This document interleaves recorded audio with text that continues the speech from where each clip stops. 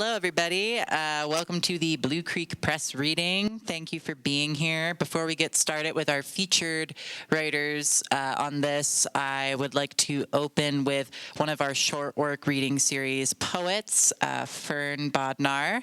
So I'm just going to let Fern take it away. Thank you, Julian. Hi, I'm Fern.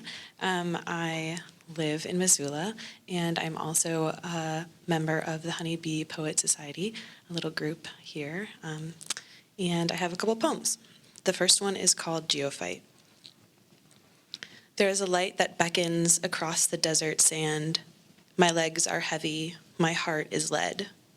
The goldfinch that wrestles the worm to bring home to her family carries the same weight of agape that the light in the distance glows with.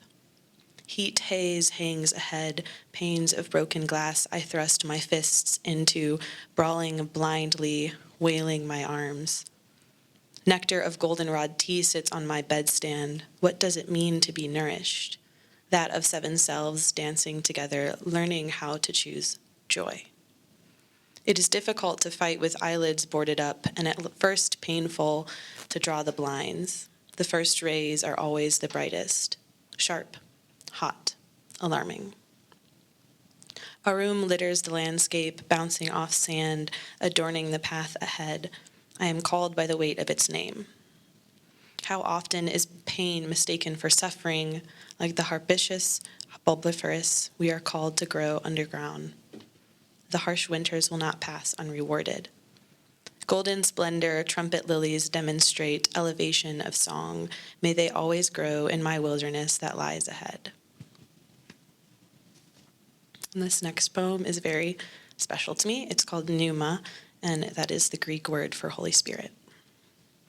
A muted church bell rings in my ears, filling me with desire for something I cannot see.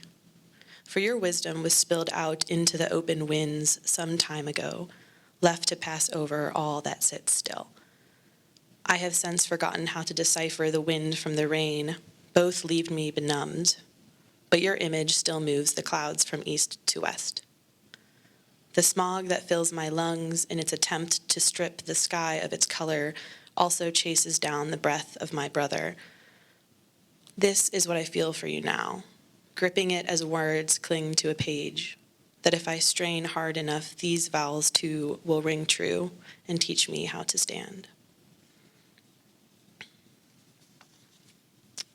Two more. This one's untitled. Let it come to me in the dead of night, a fierce viscosity rolling around in my mouth, unable to swallow. To sit stagnant invites the Sadducees to breed, and throwing an axe becomes a zealous act. If we were to escape into the wilderness, the Essenes would steal our souls. And to sit speaking in circles, speaking in tongues, allows a Pharisee to tape up our ears. Let the gold flow in through death's open door, glistening in the dark that is night. Listen to its crackle and pop. And under the cover of the moon, let us build our bridges, sculpt our communities to withstand the horn of the enemy. Above all, to sway in remembrance of the one who catches the song of the sea and invites us to dance, we who are made of dust. The mountain we build will be grander yet, and the swarm of injustice that swells will be squandered.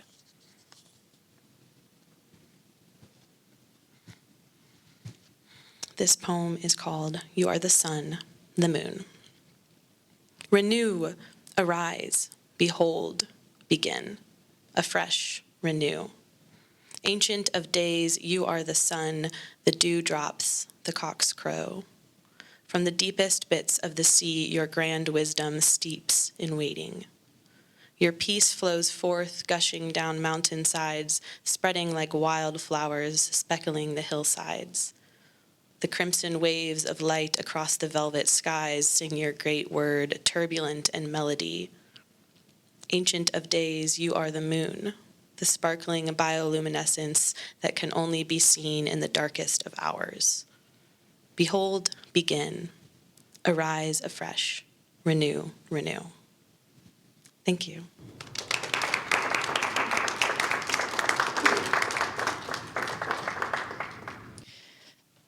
Thank Thank you, Fern. Those were beautiful.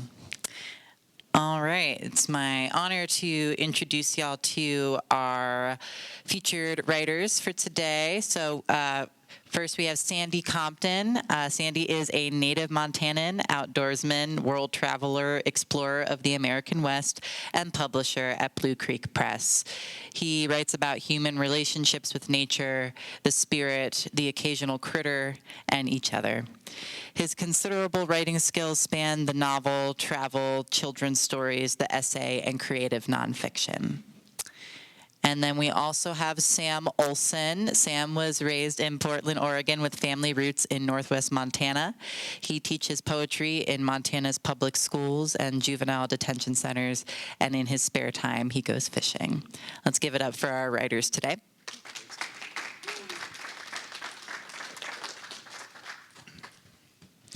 I'm Sandy. He's Sam. Sandy and Sam have been roommates this summer. And early on this year, I had the privilege of publishing his book, Any River. And he shamed me then into publishing my own book, 34 poems. So I've been writing for publication for a long time, since Sam was not even a spark in his mama's eye. So 34 poems over 34 years, that's about how long it's taken me to write these. I'm not necessarily a poet, but I think all writers are if they like words and they love beautiful things. So I like standing up, so I hope that's okay with you. I was a waiter for 30 years. That's where I learned to speak in public. I figured out that if you can talk to 4 people at the table, you can talk to 400 people. And I've had that privilege once. I haven't had 4,000 or 40,000 yet, but I'm working on it. Okay. This book has 4 sections. One of them is, the first one is poems I wrote for women who never read them. This is probably the most, let's see, I think I wrote this one the longest ago, but it's probably the most suitable one for now. We might have been wed if you had listened to me, but you wouldn't. And that may be just as well. We live our lives in separate states now, single and married. Your letters lie around my house like fallen leaves of some square budded tree. I sweep them into piles and mulch them in a drawer beneath a shelf in the hall. Someday I will dig them up again and read them one by one. Perhaps I will read them chronologically, but more likely it will be illogically, as we often were with each other, flying in the face of convention, flaunting the rules we learned about love in high school. When we are old, and everyone else is dead, we may live together in some solid old house, each listening for the other to laugh about some stray thought that sneaks up on us in the afternoon lull. We will be a pair to draw to then, and our serious older children will caution us about what the neighbors might think, and we will tell them that worrying about things like that was what kept us apart for all those years. Mr. Olson, would you like to read a poem of some sort? Come on, stand up and do something. I'll just take the mic. I might try sitting down too. We're all kind of at a level then. Can you all hear me back there? Thanks. Also want to sit another round of applause for Fern for those poems.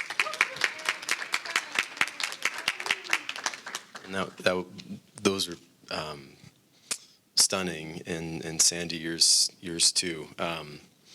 I want also, how is everybody doing too? Thumbs up. I know a lot of folks in the audience through teaching, and so I really like doing thermometers with people for your energy and enthusiasm. Are we enthusiastic? This library is incredible. Like, what a gift to the world this space is in that view. And speaking of libraries and and things that are stunning. And the Holy Spirit too, which is one of the titles of your poems, Fern, or translation. I think Sandy and I maybe connect a lot on reverence. We met through working for a wilderness advocacy group in Northwest Montana. And so a reverence for wild things and wild places, but I think reverence in general for the world, also paired with a sense of kind of the salt on the other side of that. What's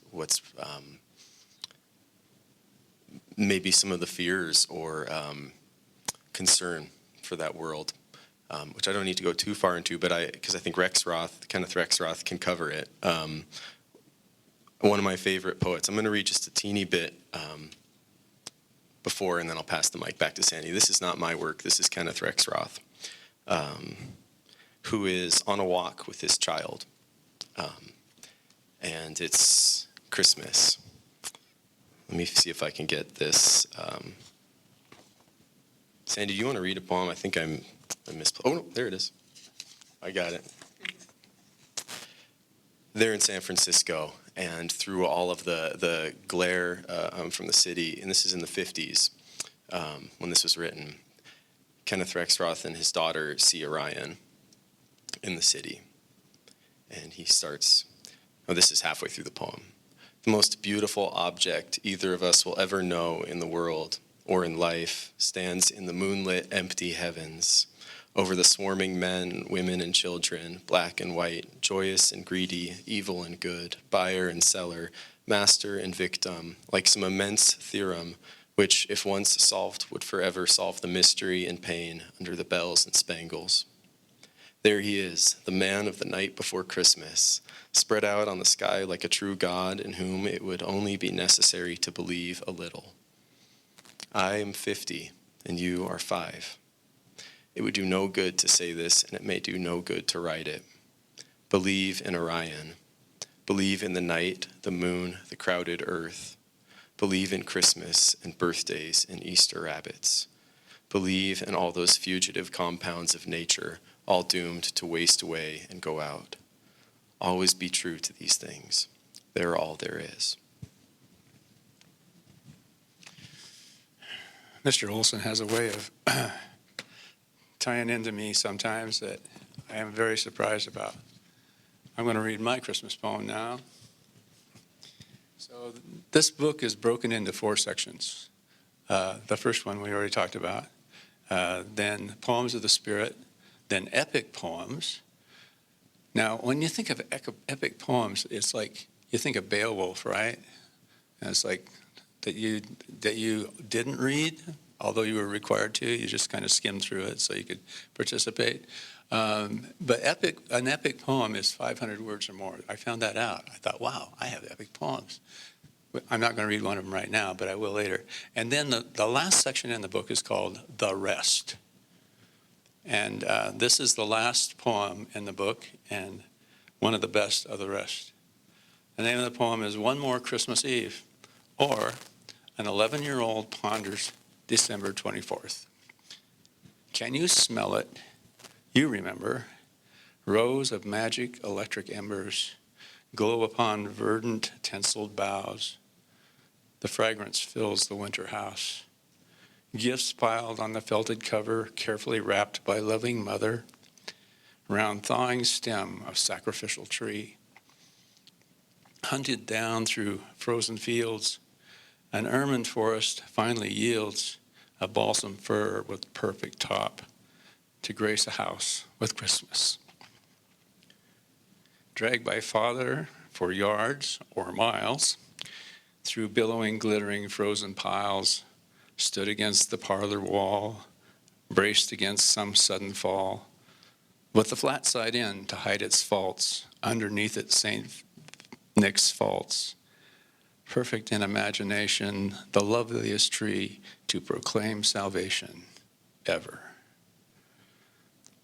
And there are cookies on the shelf for the jolly scarlet elf, but doubt is planted wide and deep, for want of knowing you cannot sleep, you stand sentry on the stairs. The clock on the wall marches on, marking every moment, while in your prepubescent brain, sacrilege is foment. Midnight, all is still. You have never heard such silence, and might never again. Well, you wait. Dawn, the cookies are gone. You wake on the landing at first light. Someone's covered you in the night. The stockings are full and much more. A boot print on the parlor floor. And there's that thing you asked for, parked beside the tree. The younger siblings descend with glee, singing Santa's praises. Could it be? You guess you'll see what doubt next Christmas raises. Caught between magic and pragmatism, truth calls like steel to magnetism, but you decide that you'll believe for at least one more Christmas Eve.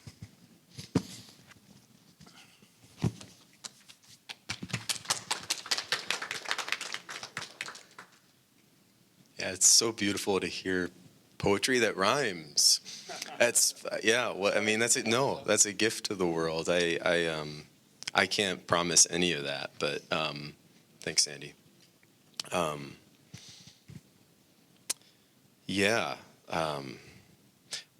Reverence and concern, or reverence and awareness. I don't know, like something like that. Reverence and awareness balanced.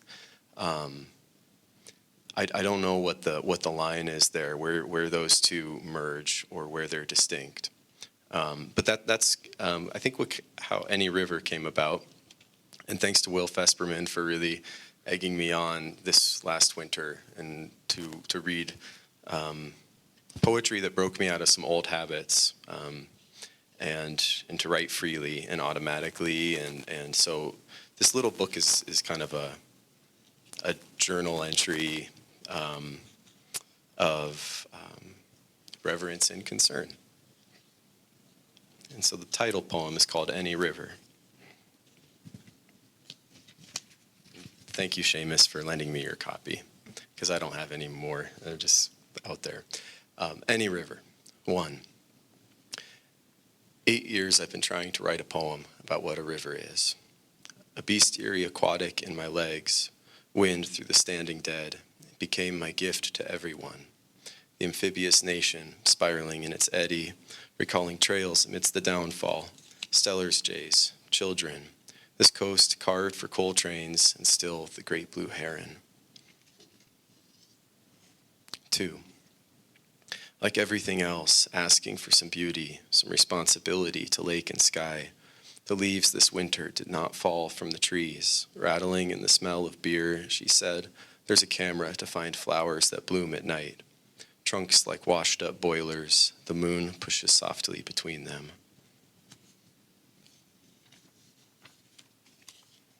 3. Little river, home river, elk-nosed coast range rivulet, tracing milt, homebound to the body, all its roots and low-hanging clouds blitzing please like cottonwoods, softened by years by sapsucker beaks, where mother pointed over crowns of red cedars we planted each winter brushing our windows. Father's photograph silt-buried, half gone, catkins, the alder catkins, their abacus green stems, a forest mathematic with tendrils and shoots. 4. Swung in little strokes, my little breath, alternating body and drum, the early ocean spruce strung with fault lines. Springbird, mother called it, meaning cherry blossoms soon. After the storm, I found him, stunned on the pavement, rain on his feathers, staring up as if, don't you remember, God's child, knee-deep in a pipeline, remembering floodlit, he said, 8 years I've been trying to write a poem about what our rivers become.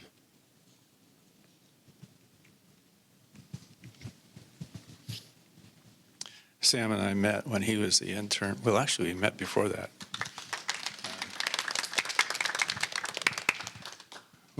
We met on a day when the University of Montana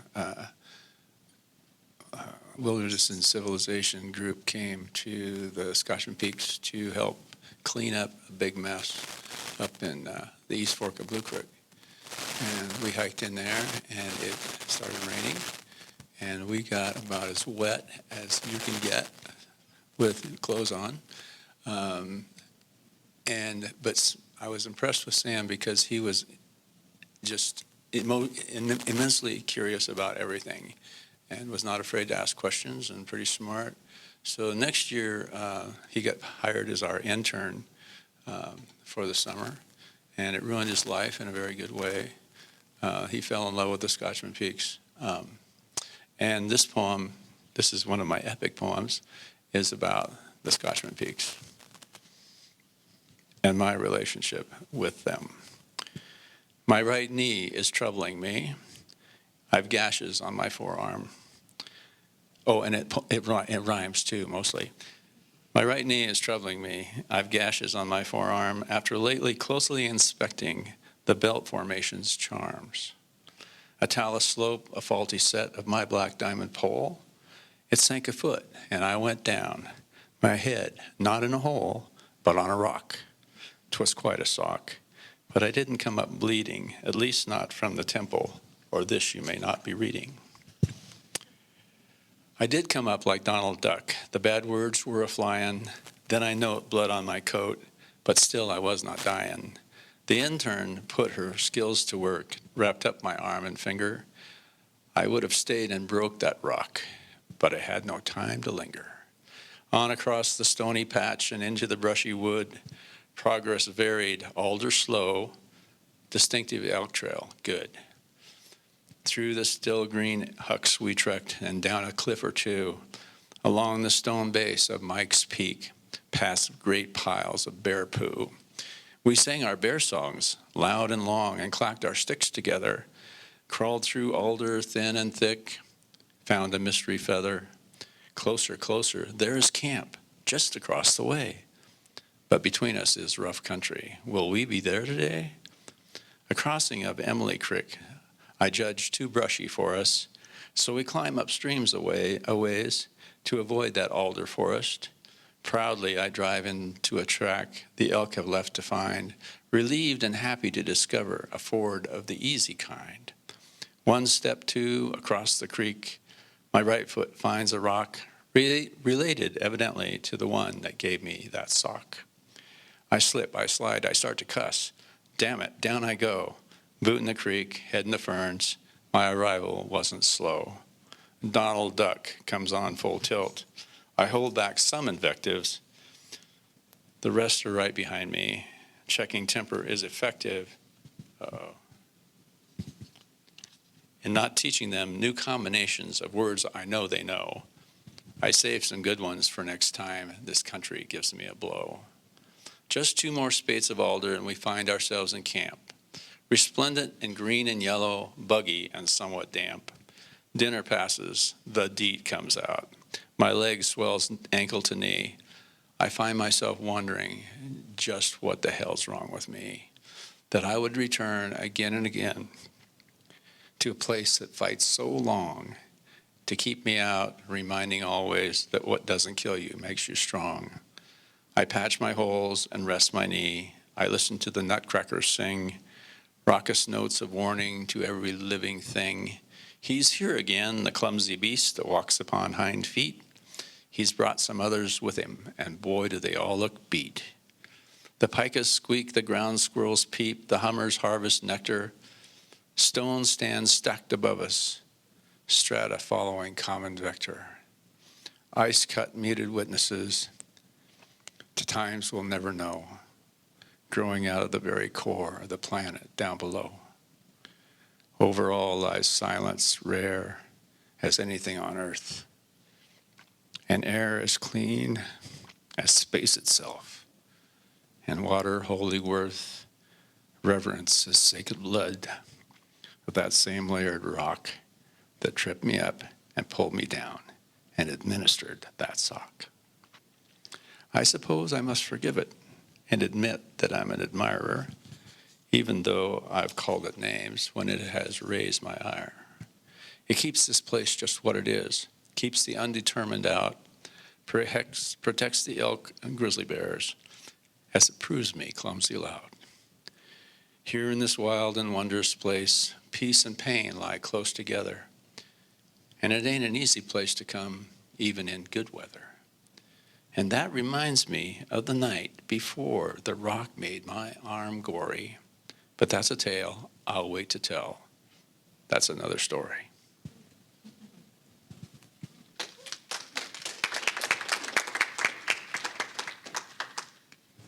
Is Mr. Danes in the audience? We're still advocating for the Scotchman Peaks to receive protection. It's a really mineral-rich area, and also really unique ecosystem, and some of the last remaining old-growth hemlock and cedar groves in the inland Northwest. Really beautiful place. You should get out there. Ross Creek Cedars, anybody? Yeah, Ross, they're everywhere looked like the Ross Creek Cedars 200 years ago, 150 years ago, about. Anyway, big trees, really big, beautiful trees. And family roots ultimately pulled me to that region. My grandpa's from Libya and was a poet. Would have loved the hell out of your poetry, Sandy. Just would have eaten it up. He was so intent on metrics and rhyme, and I think you two would have had a kick together. And I think the thing that has kept me coming back to that region is getting to know Sandy as a person, and getting to know Sandy as the generous human being that he is. And he told me that I'm never allowed to write about the property. You did tell me this once. I'm never allowed to write about the property that him and his siblings grew up on. But this is a poem that's not in any river, about a night I had a fever at the ranch in 2017, and I started this poem then, so this is about the place that Sandy and his sister and brothers grew up on and still live. It's called From Little Spar. What injuries we ask of rock, to fissure, to bear itself exposed, its plain dikes of quartz. An almost full moon splits the cedars apart, splinters bright kindling across the dirt. What I feel here is not grief, but another word. Taste of water, smell of elk. As if there's an immediacy to this. See, I changed it. I have it memorized, and then I edited it. Let's start that over. Taste of water, smell of elk. As if there's an immediacy to the spruce tips, eons of it to account for. The word grief gets rewritten as a sapling. Elk is lack. Past midnight, I watch shadows of needles feather across the wall. What this poem is and what it is not, keying itself out dichotomously. The way hemlocks filter old light, as varied thrushes hang their own fault lines.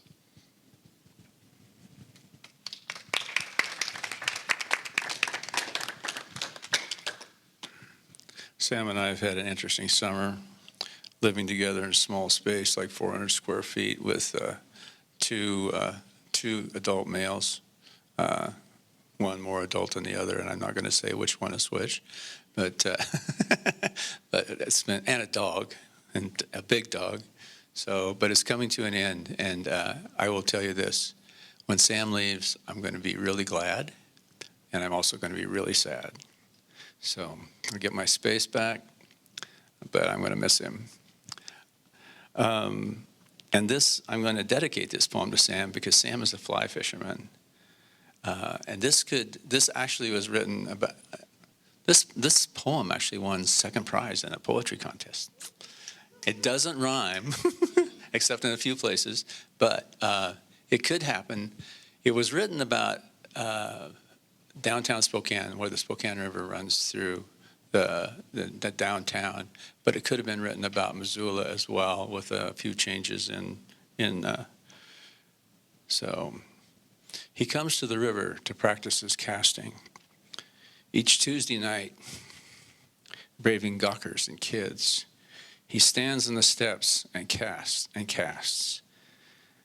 Laying his line on the swirling smooth water, reflecting the tower and the old flour mill.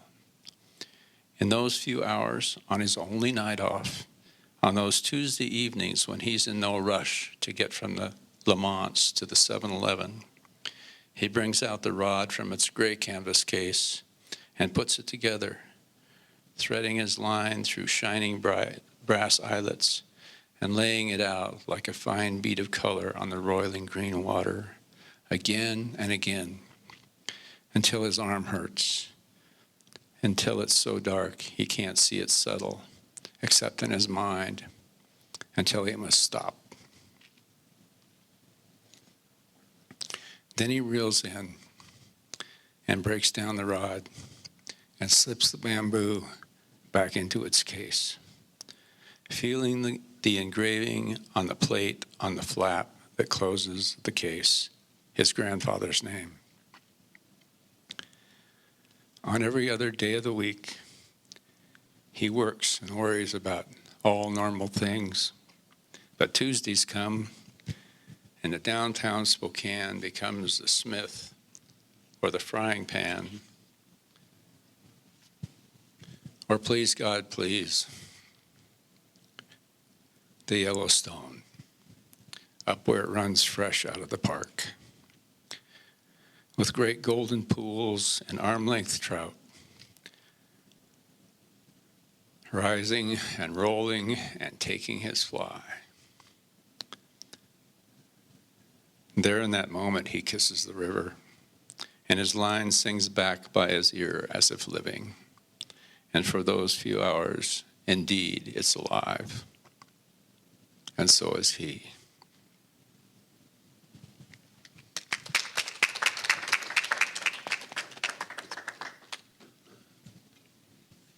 Yeah, reverence. I really just want to sit with that word for a long time. Also, I'm so grateful y'all are here. Like, so good. It means so much. How is everybody? Yeah, thanks. Here's another Northwest, actually this is partly Northwest Montana and Panhandle, Idaho poem. And it's new too, and this is, yeah, I mean, reverence and, yeah, reverence. It's called Bear Tracks. Think, to buy a lemonade from the girl in Clark Fork and not just dump it out on the highway. Chickadees, dewberries, the quarter moon as it sets on the outhouse. It takes a whole day to look up the Sanskrit. Sacred nectar, someone thought my dog was named. A mishearing, though not far off. The pastor, as she poured what was left of the wine over the cedar roots, said, "It's blood after all." So he circled the trunk, watched it percolate away, knowing what we'll miss. Choke cherries in the bear scat, clouds of gnats. In the dream, my mother lives alone on the shore of a glacial lake. All that's up in her pantry is a jar of maple syrup. Sweetness I came into this world with, she says, standing on her toes to fetch it down. Wild amber, only a spoonful left, just enough for the pancakes. And I want you to have it.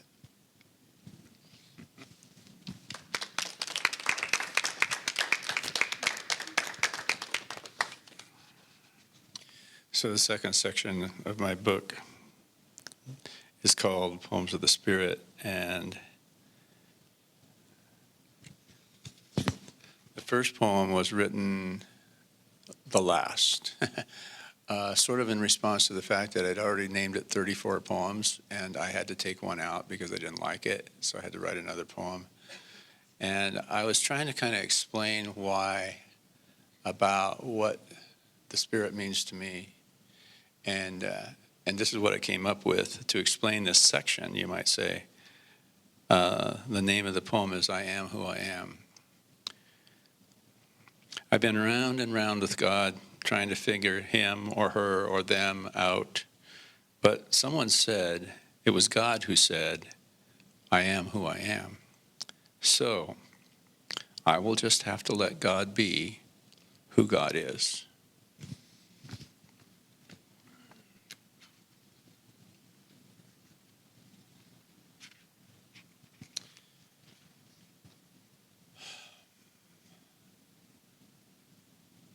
A number of years ago, a young friend of mine told me, we were talking about the Spirit, and she told me that when she was a little girl, about 6 or 7 years old, she had written out her image of God, and she gave me kind of a rundown on that. And then she said that one of the adults in her life took her stuff, her writing away from her, and told her it was all wrong.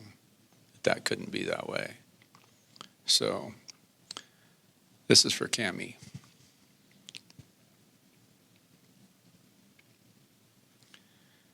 I'm sorry they misinformed you about God, and that your early words of faith were taken away by foolish folk. I long to know just what you wrote, to trace the awkward script of your young hand through grace-filled words crafted in the trust that your image of the Spirit was yours to do with as you pleased. I'm sorry they misinformed you about God, for I fear it may have caused you doubt of her and your own good dreams. I'm sorry they misinformed you about God, your place in his world, and his place in yours. What you knew then, know now. God holds us in embraces we can and cannot feel, and resides within all the stones our feet may encounter. She lives in the very air we breathe, in the spaces between electrons and their nuclei, in their atomic orbits, in the expanses between planets as they fall around their sun. If you knew then that God lived outdoors, hiding in the trees, creeping with the dewberry vines across the forest floor, if you knew then that she suffuses the rocks and the rivers and resides within every living thing, you knew in your innocence what every seeker seeks to know.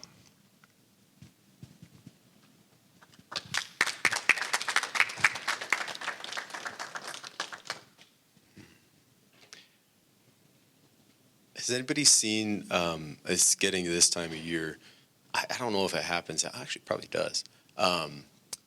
Anybody ever seen a duck that's been eating fermented fallen fruit? Or a spruce grouse or a deer, and how they act when they're after they've gotten drunk on wild ferment. I've seen people like kind of smiling, but not really any hands raised. So that's This poem is not about that, but this is another old poem that came out of time when I used to live in Bellingham and first got started with poetry and with a wonderful human named Mary Cornish. Has anybody ever read Mary Cornish's poetry? Very rooted in the concrete world. And I used to go for runs at night along the marina down there in Bellingham Bay, which is the northernmost part of the Salish Sea. And there are all these wild apple trees that grow kind of along the shore of the bay. And all of the ducks and mergansers and small mammals get drunk on the fallen fruit, and they kind of just like wobble around and fall down, and they can't really walk. And maybe that's what, ultimately, that's what I want to be doing too. And that's what I want to offer the world through poetry is some kind of wild ferment.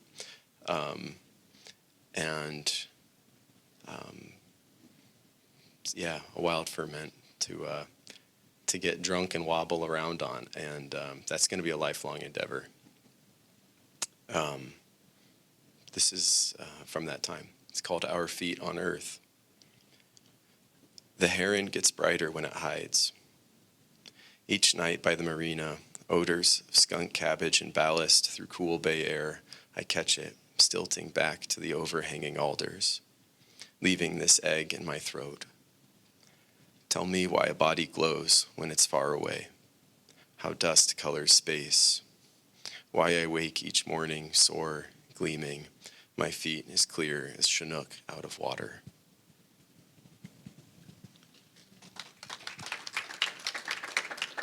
Are you going to read that poem about Laddie? It's not, that's just a note about Laddie. I could talk about Laddie, but I think I've talked a lot already. All right.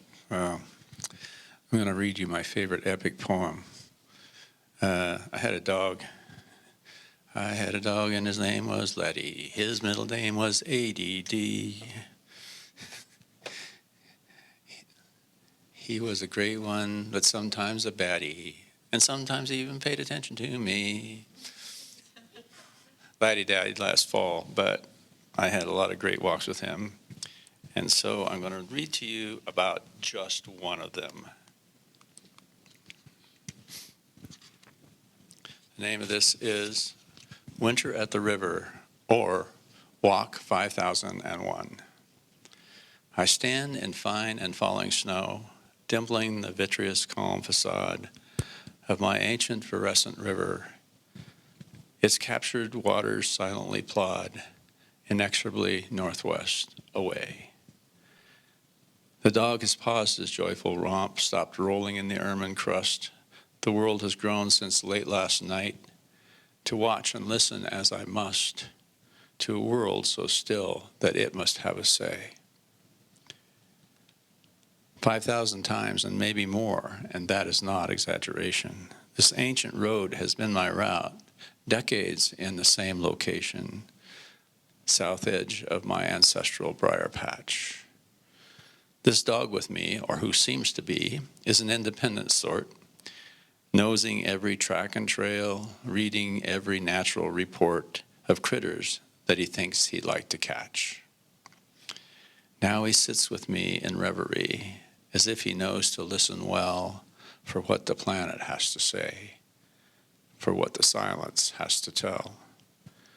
The only sounds are small collisions of tiny flakes against my shoulders, their frosty brethren, pearl and net Africans for the shoreline boulders. Light as dust and indiscernible against their leaden, lowering source. Nonetheless, they're adding up. Sheer numbers are their winning force. Gravity summons them from the sky. As they watch, they grow in size, start to tumble, whirl and flutter, peregrinate, glide and hover, each one taking its sweet time to add itself to last night's cover, which they will finish later on today. Branches reach above the bay under coruscating weight, draping limbs and riven cortex caught up in the river's vortex. Firs and cedars don thick and hoary cloaks. We came earlier upon 2 elk, standing above the river's edge, shy and shaggy, winter ready. They took exception to us and fled. I call him back, good dog, no chase. The cows bolt uphill to safety, as if the river is a trap, though I've seen them bobbing across it faster than we could make the lap.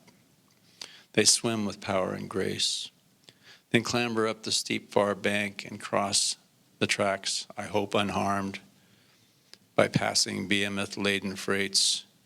If they fall, ravens swarm. Though I have talked to engineers who wish they could have somehow swerved, even in bleak winter deaths, other purposes are served. The rail is quiet this winter day as the highway up the hill. The cultured world seems on hold, its engines temporarily still. The two of us stay tuned to the dainty, lovely sound of snowflakes landing where they will. If that is all, it is enough. We listen till we have our fill. Yet the stillness is unruined. We resume our walk, the dog and I, and he reverts to rambunctious ways. A lone raven finally breaks the spell. Ravens like to have their say. Perhaps he's thinking he can sing. Like a black rag fluttering on a string, he rose across the sky.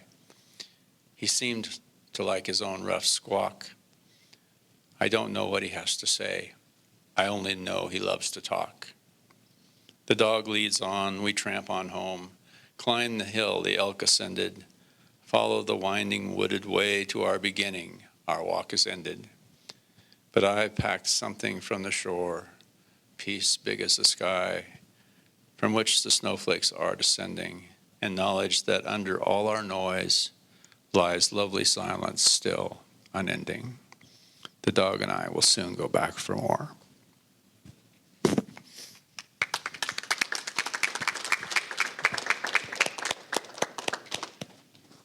Thanks, Sandy. Ancestral briar patch. Nice. I just got out of a workshop, not today, but yesterday I was in a workshop where the instructor asked us to close our eyes and think about it, to like visualize a few things. Can I have your permission to do a little activity? Short. Like, Julian, is that okay? Yeah. Okay, awesome. Are we all, it's optional, for real. But if it helps close your eyes, I encourage you to do that. And I'm going to try and rehearse or regurgitate what that instructor asked us to do, which is to pick an age when you're young. And it could be any age, but like 10 and younger. And a place that you know really well, or a place that maybe you don't know well, that you were just passing through, but a place you've been and you were in at that time. And imagine what's around you. Try to, if it helps, to make a list of, all of the things around you, the material, concrete things. Maybe it's a field, or maybe it's a moving car. And if this is also, this got tough. So if it got tough for me and it got tough for some other people. So if it's tough, don't worry. But are there other people there? And who are they? And imagine that your young self realizes that older self, present self, is now in that space, in that moving car, or in that field, or on that street, in that room, and you're there together. What do you think their reaction would be to seeing you now? And what would you say to them? What would you want to ask them? Knowing that whatever you say or ask is not going to change the course of the future, and will not make the world different than what it is in the present moment. Simply for conversation. What do you think they would ask you? And do you think that they would have anything to tell you? Maybe something for assurance, or a reminder, or a demand. And then the instructor asks something really interesting, and maybe it elucidates their bent, but what of the more than human world is around you? More than human living world. Maybe it's, if it's here, maybe you're under some Norway maples, or a ponderosa pine, holly trees, or laurel, live oak, sagebrush. Maybe it's moving water. And it comes time to say goodbye. How do you say goodbye?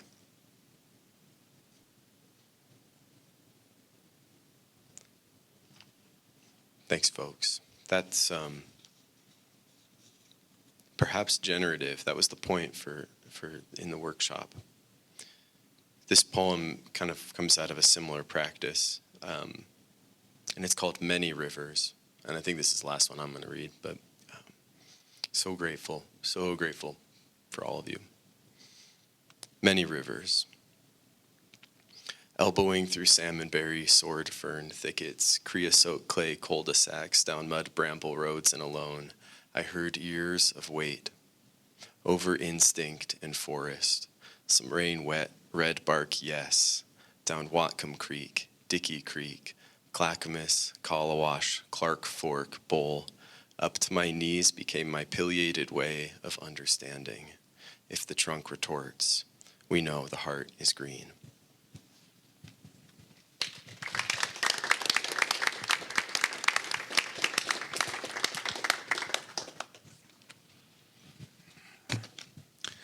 The name of this poem, the last one I'm going to read today, and I want to thank you all for coming. This is I really appreciate the support from my young friends on North Street. Yeah, awesome. And the rest of you, thanks for coming. This is called Winding Road, Next 99 Miles, or 8 a.m. at Apgar.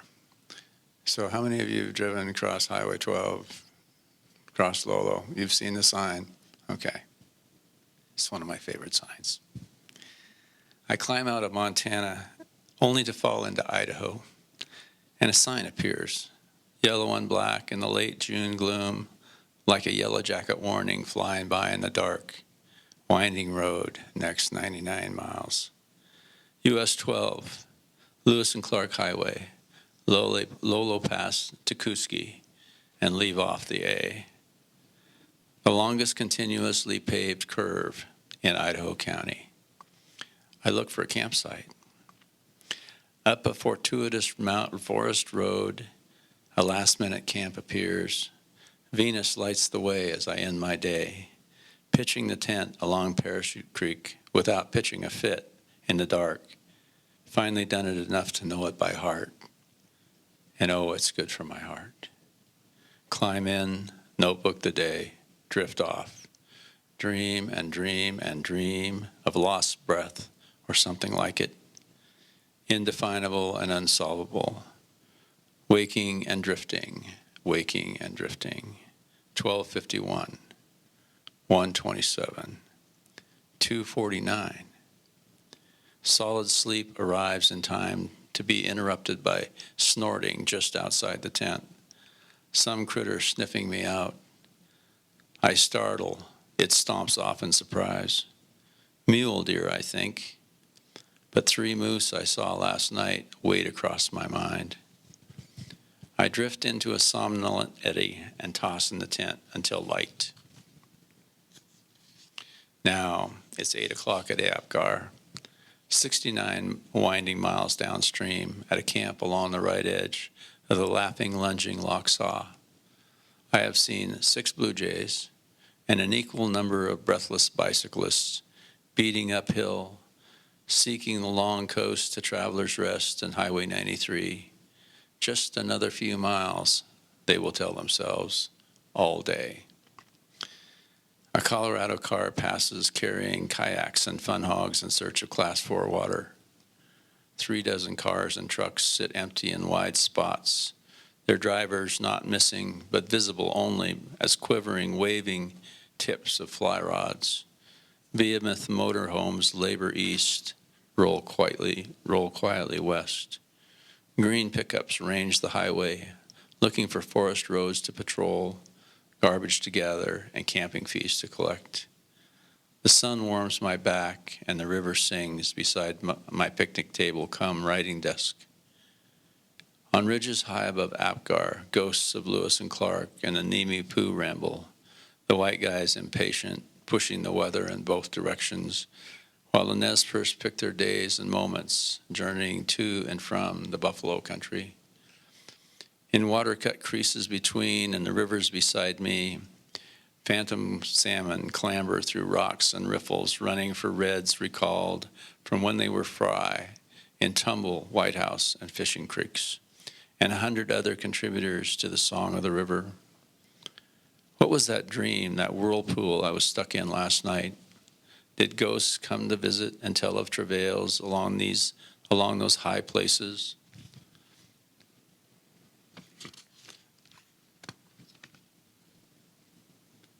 If I can get this page to turn. Okay. Forced passage, starvation, battling nature, mother and human across the Bitterroot. Were the salmon running through my mind last night, looking for some place to give birth and die? Or was it just that last quaff of IPA? It's 30 more winding miles downstream to Kuski, the Clearwater, and Highway 13. The road calls, let's go, as impatient as the core 2 centuries ago. I sit in the sunshine instead, throwing down these images before they escape me like last night's dream. The Lochsaw laughs and lunges past Apgar, clean and green, dreaming of the salmon that used to come, wondering not if, but when they will return, oblivious to European impatience, moving the Bitterroots toward Astoria, one grain of sand at a time. Maybe someday we will learn to live together, Nimipu, whites, bicycles, motorhomes, salmon, mule deer, moose, dream, memory, and the hummingbird rising over the Lochsaw, laughing and lunching 99 winding miles to Kuski. Thanks for coming.